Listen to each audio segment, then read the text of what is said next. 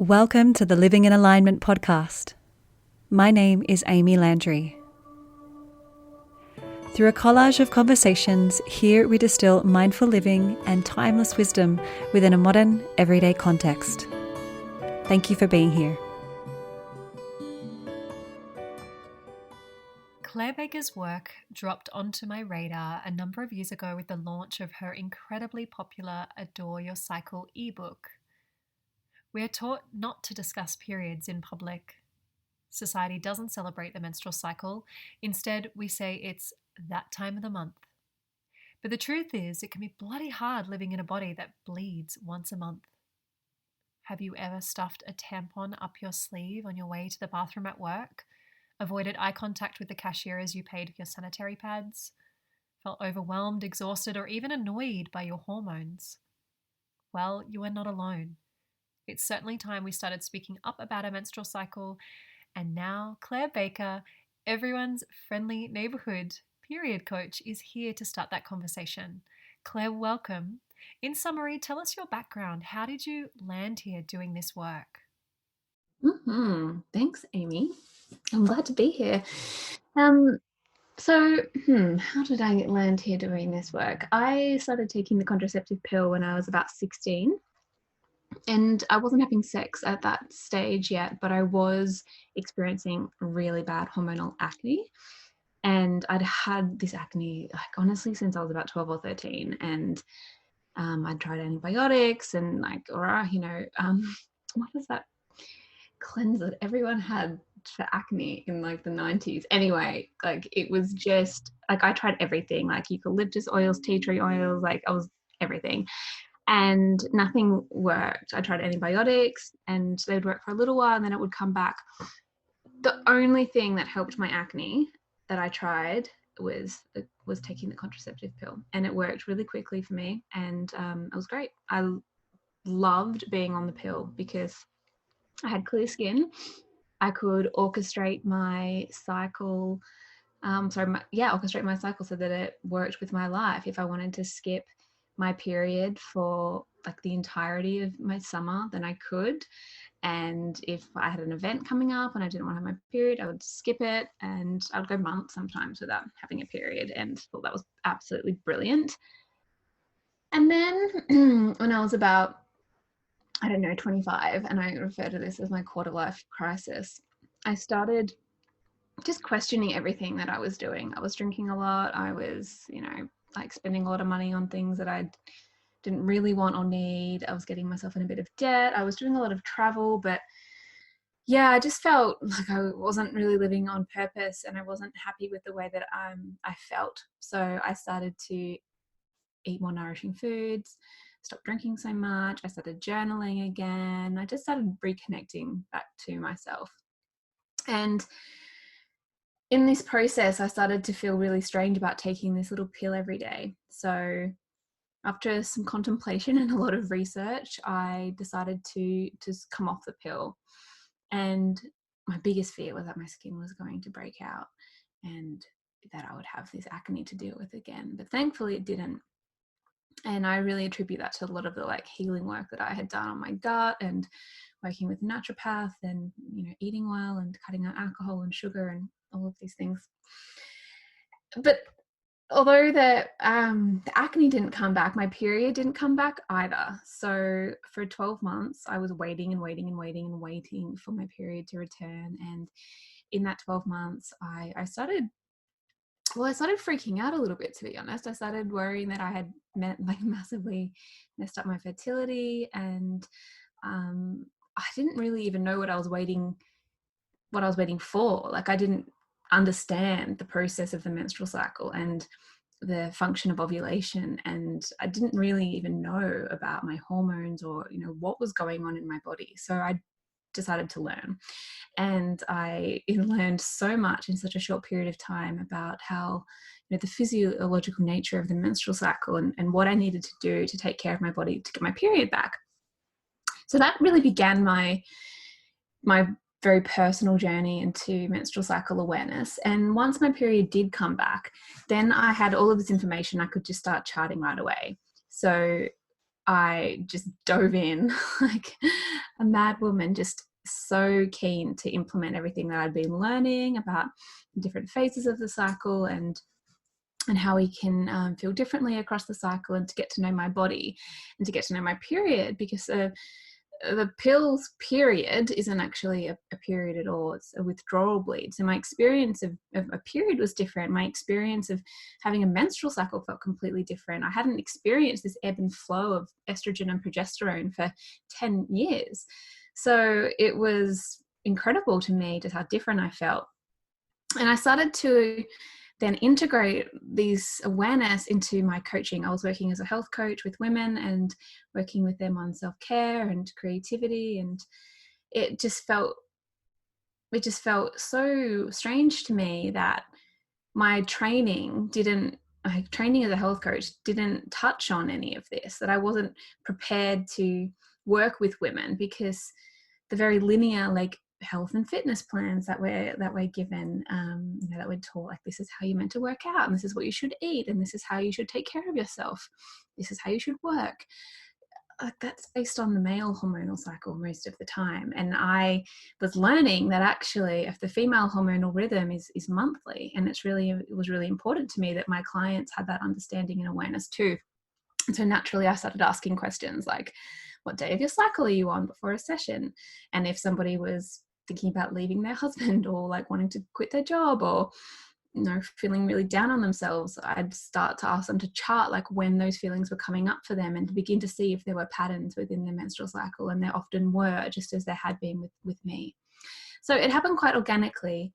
And then it just became obvious to me that it needed to become the focus of my work. And so since then I've trained with some of the leading voices in menstruality around the world, which has just been incredible, and just continue to develop my own personal practice and my teachings with my clients. And it has been a real journey, and I'm so grateful to be doing this work and helping women understand that this menstrual cycle awareness is such an important part of their self-care toolkit, to understand how the female body works, and to live in greater sync with their menstrual cycle, and just how life-changing that can be.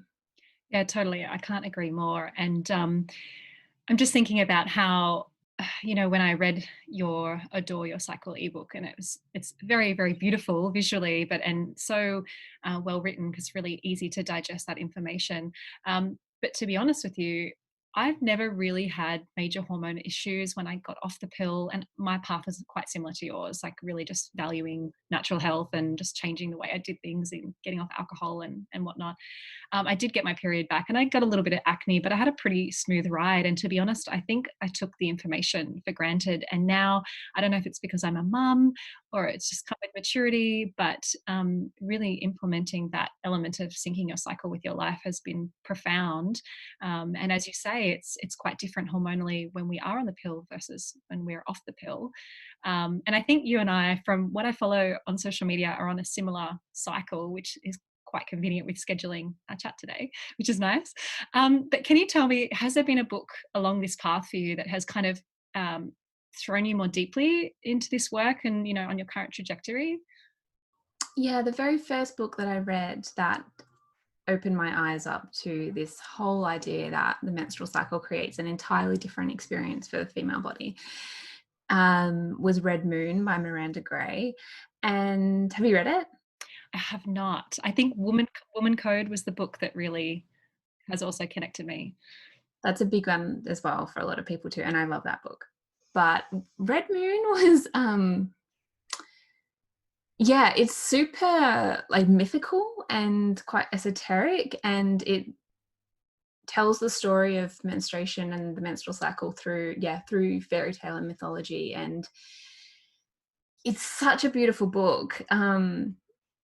But Wow. it's definitely not like a practical kind of how-to guide, but it was just that first like introduction into the symbolism of the menstrual cycle and the feminine, and the ebb and the flow of the cycle, and how we mirror the lunar cycle every month. And it was just so beautiful that it really moved me. And from then I then did all of my own, research into more practical ways of actually living by it. But in terms of just being introduced to the concept, it was just such a lovely initiation. It sounds like a very almost shockingly new paradigm way of really seeing womanhood and the menstrual cycle, which is so against the grain in today's culture and society for sure. Are you reading anything significant at the moment? Well, non-menstrual cycle related, I'm reading Elton John's memoir, Me, which is Awesome. just fabulous, and I'm loving it. I'm enjoying it so much. And I'm listening to Alyssa Vitti, who wrote Woman Code, her new book, In the Flow, on Audible right now. And she's just so great. I've been waiting, I think lots of people have been waiting for her follow-up book to Woman Code. And yeah, she's just nailed it. It's excellent. Yeah, it's been on my radar to check that one out too, for sure. Can you tell the listener, why is syncing our life to our cycle so valuable? Particularly with that seasonal approach to periods, because I'm an Ayurvedic practitioner, and so everything is very seasonably focused. And I can't believe I'd really, as I said before, took this for granted, and I'm now finding so much value in it. So can you just speak to that importance and that value? Yeah. So if you have a menstrual cycle, then your body is operating on a monthly hormonal rhythm. So while the male hormonal cycle operates in a 24-hour testosterone cycle, very similar to our circadian rhythm, the female cycle moves on a monthly, like 28 days ish. I mean, some people are shorter, some are longer, of course. And these hormonal changes that happen across the different weeks in that month, they really affect how we feel. I mean, there's some research that shows that 25% of the brain can actually change from week to week. And so we do actually feel really different physically, mentally, emotionally, and spiritually. And having that awareness and recognizing that we're not consistent or linear in the way that we might have been brought up to believe was good, that actually we are inconsistent in the sense that we do change. I mean, literally, our hormones are changing hour to hour, let alone, day to day and week to week. And so our experience, if you're in a female body, is really different to somebody who is in a male body. And this is a good thing. This means that, we can start with this awareness and charting our cycles and understanding where our strengths and vulnerabilities lie. We can then start to make some tweaks in our lives, and adjust things, and say yes to certain things and say no to other things, and just start to cycle sync our lives, the way that we're living, the way that we approach different situations or relationships or commitments. Maybe slightly different to how we have done it the week before, maybe completely different to how we might do it the week before. And it doesn't have to mean like your life looks completely different week to week. So much of what I teach is about shifting your approach and your mindset, and just simply having that awareness and recognizing what a powerful tool that is. Just knowing that maybe you won't show up in the gym the same as you did last week, or maybe the way you relate to your partner and the way you want to have sex changes, or the foods that you were craving last week will be different to the foods you're having this week, and that's okay. And that awareness in itself just creates transformations in lives of women who have often felt they're doing something wrong because they don't feel like they're the same person they were a week ago. Yeah, yeah, and I think that is super empowering in a way, and really helps us just navigate daily life with so much more clarity, and also, I guess, more resilience in a way, because we can just see those waves ebb and flow. And yeah, and I've loved it, and it just, yeah. So thank you for really putting that out in the world. And is there any misconceptions, maybe common or less common misconceptions? Perhaps there's something that you're sharing in your new book that's coming out soon, about menstruation. Yeah, I mean, there's lots. And there's three that I see quite frequently. The first one is that the menstrual cycle is the period. I think that often I hear a lot of language people describing the period as being like on the cycle, or having my menstrual cycle, like not actually having the language to differentiate between menstruation and the menstrual cycle. And that can be confusing for some people who haven't been given, and it's not, any fault of theirs. It's like we haven't been given the language that we need to have to be actually able to describe the experience. So there's a very big difference between the period and the menstrual cycle, and that's not, that isn't obvious to everybody at all. So discerning the difference that actually menstruation, your period when you're bleeding, is one phase out of 4 phases in the menstrual cycle. And the menstrual cycle is what takes you from, day one, that first day of your period, right up until the next day before your next period begins. So it's the full cycle. Whereas your period is just that one phase. The other one that I see a lot is, of course, that it is a burden and a negative curse to bear, something that ultimately is painful, that creates, disruption and discomfort and turns women into, crazy people. And it's, yeah, and again, through no fault of anybody's, feeling like that. We're not exactly brought up celebrating the menstrual cycle, let alone, God, even understanding it. So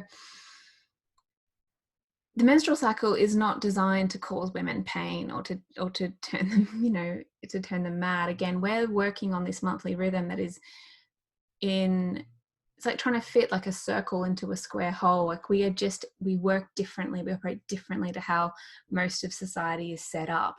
And I believe that can certainly create problems within the body, creating pain, creating premenstrual issues, creating problems, because we haven't been taught how to nurture and nourish and honor this cycle that we're moving through. And so often I see, once somebody does start to create some more awareness and take care of themselves and nurture each phase in the menstrual cycle, that actually a lot of those problems start to reduce or are eliminated altogether.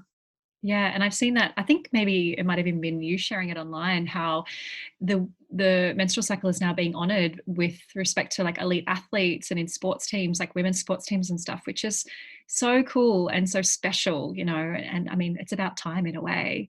Mm-hmm. And I loved your first point, because that was a big aha for me through your work, was really realizing that, I'm, and not even just I'm bleeding and I'm ovulating, but those periods in between are actually really significant from a hormonal standpoint as well. I remember talking to my husband about that, and I think that, yeah, connecting with that and really understanding ourselves through those patterns, yeah, is beautiful for sure. Mm-hmm. Can I ask you, I guess, on that note, coming into the discussion of cycles and rhythm, how does that look like for you, with respect to ritual and self-care on a daily or monthly basis, if you will? Yeah, I definitely try to work on a monthly basis. I mean, of course, I also have a circadian rhythm and I sleep every night. So I have a 24-hour cycle ritual too. But to ritual on a seasonal basis, there are definitely things that I love to do that help me to anchor into each phase. So when I'm bleeding on the first day of my period, I always try to take as much time away from screens and technology as I can. And sometimes that means taking time off work as well. If I can, I love taking off the first couple of days of my cycle to rest. Things like listening to a certain playlist that I have, like listening to music that is calming and that helps me to relax and surrender. I love drinking rose tea. I have like a red candle I love to light when I'm bleeding. Things like that just help me to anchor in and acknowledge this is where I am in my menstrual cycle right now. Maybe I'll wear it more red. Maybe I'll try to keep lights dim. So I'm keeping my nervous system really settled and nourished, and acknowledging what a yin phase I'm in, and just eating lots of really lovely warming foods and drinking lots of water and getting as much sleep as possible, like going back to the basics. It's almost celebratory in a way. Yeah, exactly. Yeah, exactly.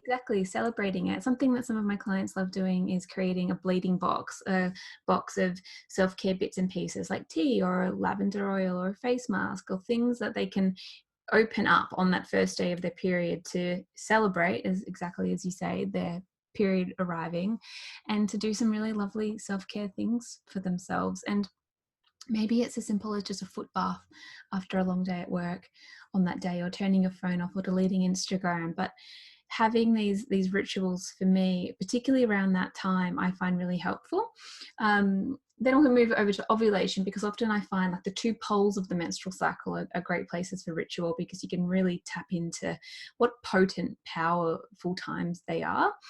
So if the winter phase, if I describe menstruation as like the winter of the cycle, and if that's all about really nourishing things for you and kind of tuning out the outside world and reconnecting with yourself, rituals to support that, then at ovulation, I really love like dancing and getting together with friends and having like, you know, fun like dancing times together.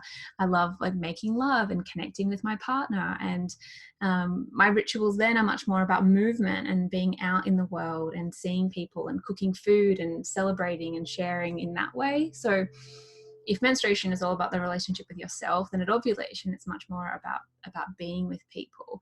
And for me, dance is a powerful way. And again, music, much more like upbeat, quite like sensual, quite sexy and fun music at ovulation, compared to, you know, like chilled like classical music at menstruation. That's really helpful for me. I find music a really great way to connect in. And at those times, and of course at spring and autumn, for some people they find that in spring there can be a lot of like exciting energy, but that can become quite overwhelming. So a ritual I love to recommend is writing a less and more list in the spring. So being really discerning with what you're going to be committing to and giving that energy to, less of some things and more of other things. While in the autumn, the premenstrual week, so the week between ovulation and menstruation, just before bleeding starts, again, it can be, these transition seasons can be quite tumultuous, and we can have a lot of like scattered energy that really needs to be honed in. And again, that discerning ritual that I love to recommend here in this week before bleeding starts is to write an autumn list. So all of the things that are frustrating you or pissing you off or just grinding up against you, things that are really driving you mad, writing them all down without any need to action them, but getting them down and out of the body. So these rituals are just a really great way of reconnecting with that phase and honoring the energy that's coming up at that time, and recognizing that it's transient. In a week's time, you'll be doing another ritual altogether, because this is the nature of the female cyclical body, is that we're always changing and nothing is static. I love your Spotify playlist, by the way. I'm so glad that you've done that.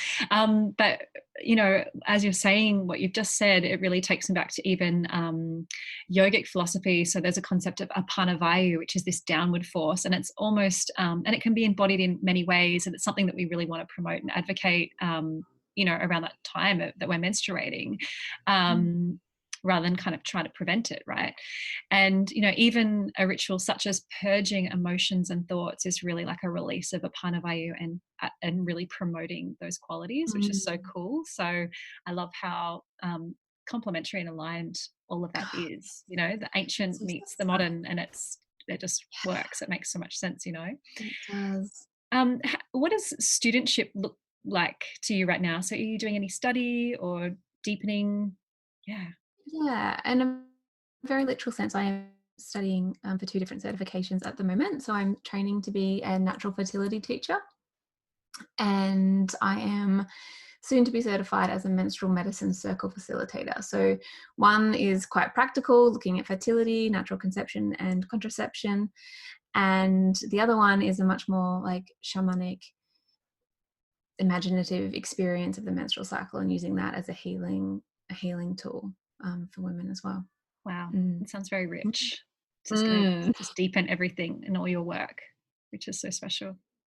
Yeah, it's really important to me to continue to learn and study, and there's so many different like branches of menstrual cycle awareness that I'm interested in, and there's some that just aren't, they're not my thing, and that's cool because they're other people's thing. But yeah, I am committed to deepening into the areas that I feel called to, and for now, yeah, that's where I'm spending a lot of time on study and training right now, which is good. It's good to keep the brain in that state, because it's easy to get out of it. It's been funny doing this training, how like really doing it, particularly the fertility training, I haven't had to be in that quite like academic mind in a number of years. So it's been really good for my brain actually to keep it flexible. And I'm sure it's going to help really shape you creatively with what you share with the world in the future, which is, just that inspiring juice is just going to keep coming through, which is really, really cool. Would you say that there's one person that you can think of in your life? I'm sure there's probably many that's been a really great influence or mentor or teacher, whether directly or indirectly for you, particularly with relation to this path. Of course, I'd have to say my mentor, Alexandra Pope, who's one of the co-founders of Red School. And of course, her co-founder, Shani Hugo Wurlitzer as well. But Alexandra is just, I'm really grateful to learn from women who are postmenopausal right now. And Alexandra is one of those women. Dr. Kerry Hampton, who I'm doing my natural fertility training through, is one of those women. Women who, are maybe not yet in the crone archetype, but certainly have lived and have moved through all of these cycles of initiation and just have so much wisdom to share. Jane Hardwick Collins, I'm doing a training with her in London next month. Again, like these post-menopausal like empresses who just have so much wisdom to share. I'm really grateful for their presence in my life and the privilege of being able to learn from them in person and receive like their leadership transmission is just invaluable. And that connection to our elders, I think, is really lost. And I say elders without any sort of sense of even age necessarily, but those that are just really wise and have kind of been here and walked before us. And Yeah. I think we can get so stuck in our own little spiral of what we're doing and what's so current. But those teachers that were around long before us have so much potent wisdom, and particularly in my fields of yoga and Ayurveda, it's these are the people that may not even be on social media, and they're kind of hard to seek Yeah. out, and yet they just have so much gold, and it's so amazing to be in their presence, whether that's literally in person or connecting online. It's just so precious. Absolutely. Sometimes I think the worse your website is, the better. Like when it comes like the like, if I see somebody that I've heard great things about and I see that they haven't got like much of an Instagram or website presence, I think great. Like this feels good to me.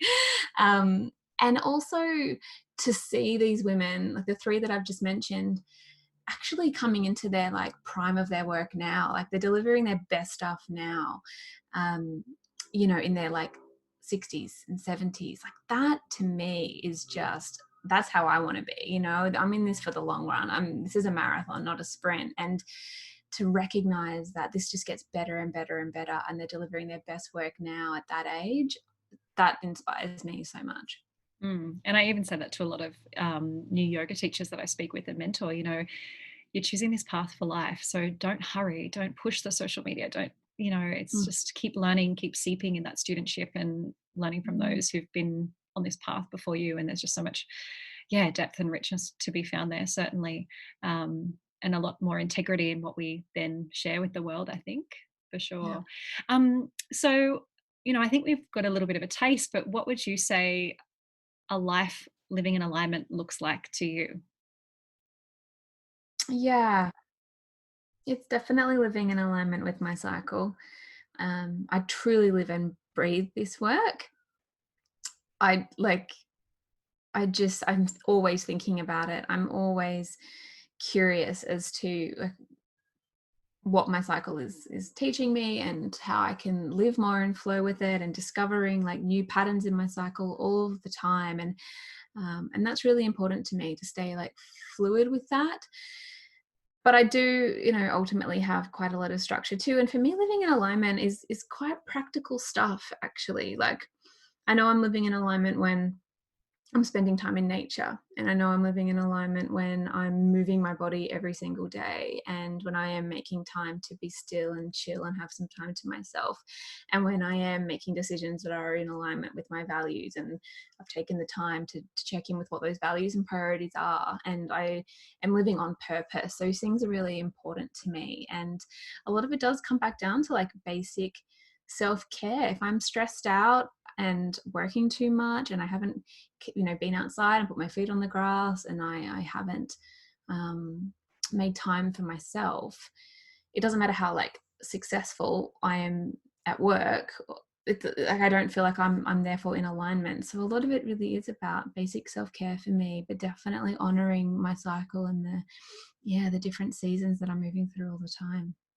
think it's a real reflection of that interconnectedness as well between macro and microcosm. You know, we seem to be so disconnected with nature, and that's the beauty, I think, at least that I've experienced through, you know, the work that you do, and connecting us all with our cycles and the value in that, because it's really connecting us with the rhythms of nature, which sounds a little esoteric, but it's really not. It's very literal. You know, the moon Mhm. cycle, literally, you know, it's just very profound, but I think we've lost so much connection to that. Yeah. Yeah. Mhm. So, a couple of little random questions for you, Claire. What would you say is your favorite sound? Hmm. So I'm sort of in a, I guess, like a long distance relationship about 25% of the year at the moment, just because my partner is English and I'm Australian, and we're sort of living in different places and living in the UK, and I'm here in Australia at the moment and have been for the past few months.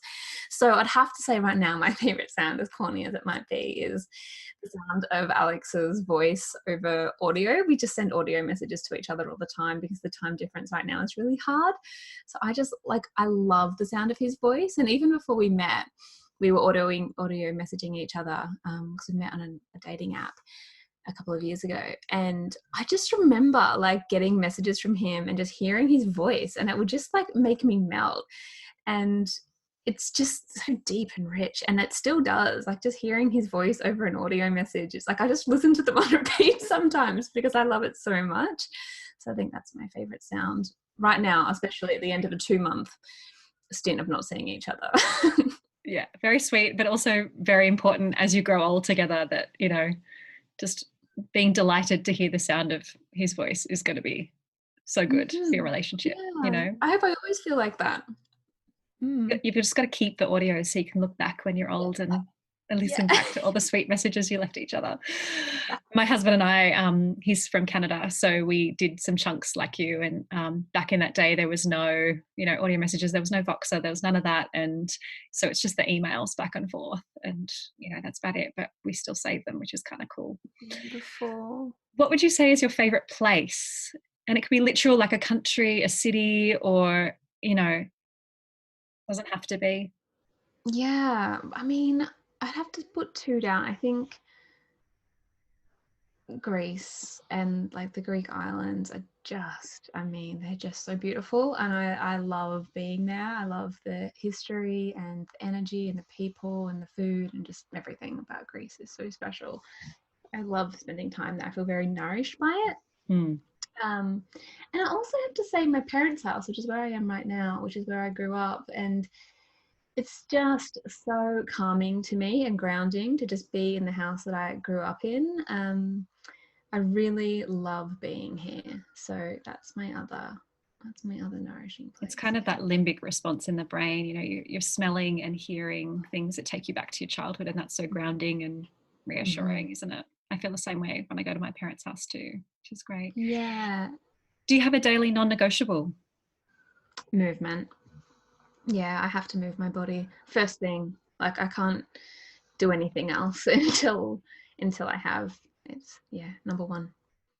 And what are you curious about right now that is unrelated to your work? Like, what leads you down wormholes of fascination, like even maybe late at night when you know you should be in bed?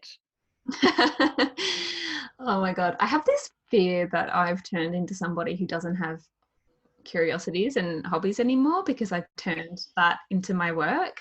And um and I actually struggle a little bit with this question because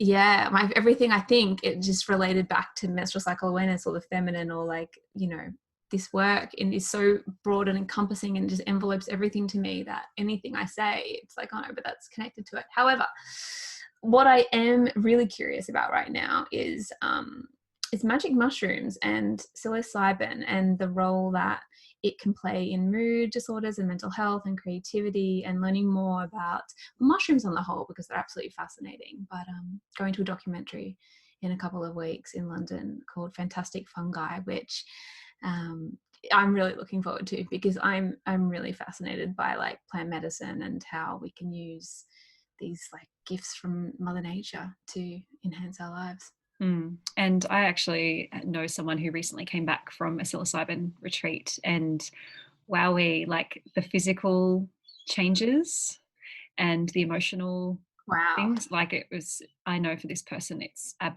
almost been life saving, you know, which is very That's incredible. powerful. Yeah, yeah, absolutely.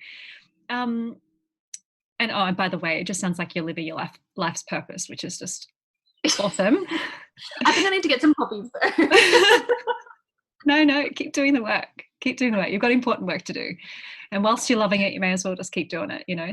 It is a season. Like I can really feel that. Like 5 years ago, I would have said learning German, well, like historic World War history. Like there's so many. Of course, I have lots of interests, but I have to say that at this moment in my life, like I do feel like I am so deep in it, and I'm fully encompassed. It just encompasses everything that I do struggle a little bit with that answer. And I know that it will come to an end, and I look forward to that as well because I do have other things I'm interested in. But for this moment, it does take me a little while to answer that question. It's nice just to enjoy the unraveling. As you find out something, it just leads you to something else. And that's Mhm. so beautiful. Um, do you have any recommended resources, like any apps or anything for women on their cycle, and even like any sanitary products that you really love and speak for? Yeah, that's a good question. When it comes to apps, I find that question a little tricky to answer. I use Clue for basic charting. However, for fertility, it's just a massive no-no. So if you're looking at monitoring fertility, then definitely not Clue. I use Kindara to monitor my fertility in conjunction with a thermometer and charting cervical fluid. And gotta say, there aren't too many others I love. Actually, I think pen to paper charting is best. And then in terms of menstrual products, I just love my Juju menstrual cups so much. So Juju menstrual cup, I love. I love my period undies from Thinx and Modibody, and reusable pads like from brands like EcoFem Mm, or Hannah pads. Fantastic, so fantastic. You can just use them, throw them in the wash, reuse them again. And I don't think I've used a reusable like tampon or pad, sorry, a disposable tampon or pad for maybe 5 years, which has saved me so much money. And it feels really good to not contribute to landfill in that way, and kinder on the body too. So yeah. yeah, they're my faves. Yeah, I converted over to Hanapad and they've been brilliant. And I think other people express concerns about like staining, but they have washed up perfectly. Like they're awesome. Mm-hmm. Yeah, Brilliant. cold water, cold water, cold water. Like Yeah. you not put them in warm water, but Yeah. cold water, they'll come out. It'll come out. Yeah. Yeah, absolutely. Mhm. So tell us, what do you have coming up in the pipeline? Well, Amy, I have a book coming out in May of 2020 called 50 Things You Need to Know About Periods. And that's really exciting. This is my first book. I mean, you mentioned Adore Your Cycle before, which is my ebook and audio book that's available online on my website and has been for 4 years now, and super popular. But I really wanted to create something that people could hold in their hands and they could like keep by their bedside or in their handbag or smell and touch and give to friends. And I'm really excited about that coming out. So it's a beautiful like, hardcover illustrated guide to the menstrual cycle that isn't intimidating.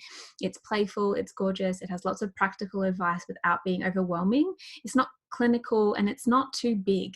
So many books I've read on the menstrual cycle, they're really long and dense, which I love because this is again like my area of work and my fascination.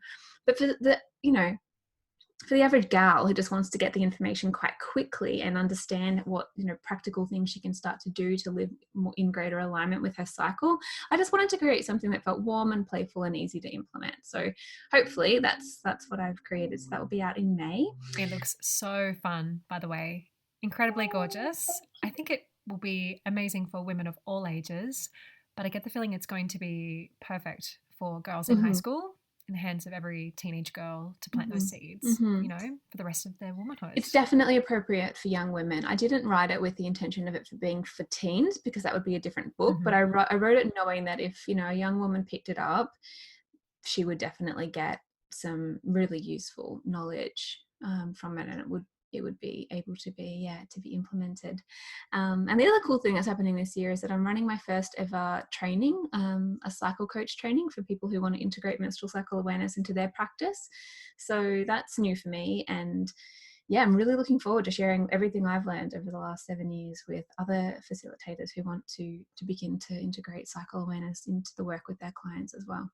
Yeah, that's great. And that's really going to change just like little ripples, the workplace environment really, planting Mhm, seeds with more and mhm, more mm. people. Oh, yeah. That's the vision, like for this work to just be integrated into the workplace, into family dynamics, into the way we relate with others, into the healthcare system, mental health system, to just have this understanding and awareness, nothing woo woo or, even a big deal, but it's just another toolkit, again, something else in the toolkit that we can use to live better. Yeah. Very exciting times, and congratulations on the new book as well. That must feel very, very exciting.